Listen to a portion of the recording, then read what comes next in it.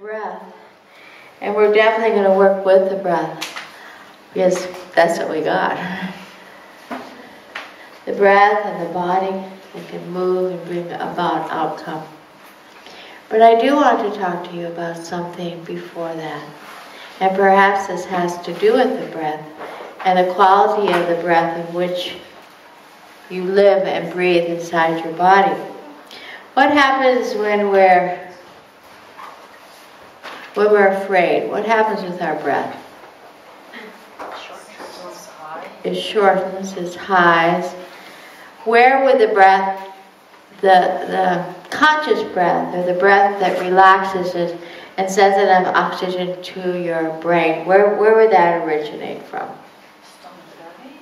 Yeah, 3 fingers below the belly button. Put your hands right here. And fill up, and then press it back. Exhale, fill again.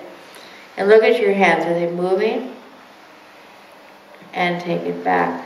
One good way to do this is, say you have a book, and you close the book up. Let's just say this is a book. You can put it this way or this way. You count 3 fingers below your belly button, put the book right there, and watch the book go in and out.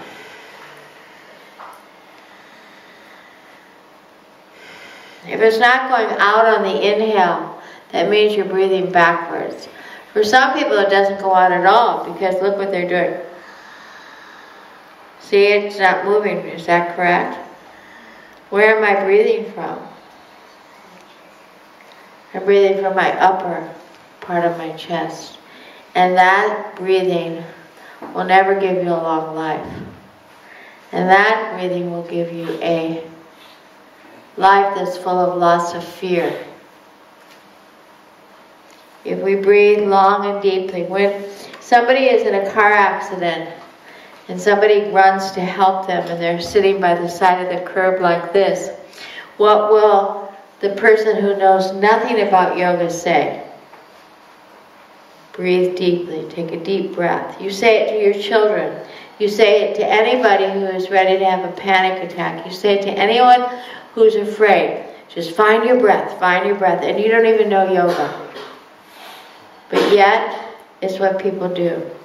Find your breath. Here, drink some water. Find your breath. And then the person, because oxygen got to their brain and they were able to think. When people do ill acts, hideous acts, they don't breathe.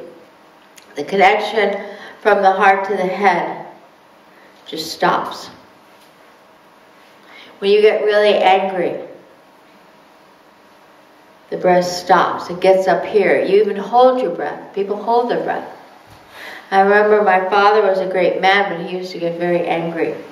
And I remember to this day, when I look back on it, how he'd almost stop breathing when he would get angry at us.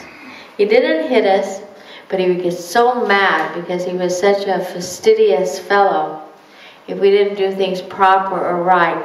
And he would grit his teeth and stop breathing. You know how some people get really mad and they get red in the face? They look like they're going to explode. You can't get angry, you can't get afraid if your breath is down here. That's why in Buddhism, the mindfulness comes from the breath and slowing the breath down at a much slower rate for more clarity. So that's the breath that we'll investigate greatly tonight.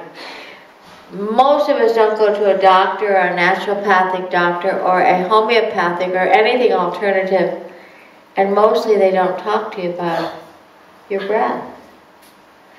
It's almost a disregarded aspect of you, but yet it's all of you. Because either you have the breath or you don't. Either you're alive or you're dead. So the quality of your life is based on the quality of your breath. And that's putting it very simple. That's why people smoke. Because they're trying to get in touch with this deep breath. We see it. They come off an airplane They get to the airport, they get to that smoking room, and what do? Or you see them outside the shops where they can't smoke. They take that big inhale, that big giant inhale, and make the connection with their breath. We as yogis can make the connection without the cigarette, and it doesn't give injury to our body. Many of us did smoke, I'm sure some of you do still. But it's the connection we want with our breath. Except with cigarettes, it just causes an addiction also with the nicotine. So tonight we will breathe. You will come to know your breath as your best friend. You'll be able to identify when your breath is short and choppy, when you're about ready to get scared or angry, or say words that aren't kind, or lie even. Liars don't breathe. Start investigating your communication with others. Watch others, see where their breath is coming from, because that's where their truth is coming from. And see how you're breathing. When you have to tell somebody something, or when the phone rings and you're scared who it is, can you take your breath down? Can it become an automatic thing that you can find your breath down here before you act, before you speak, before you communicate? It changes your lives.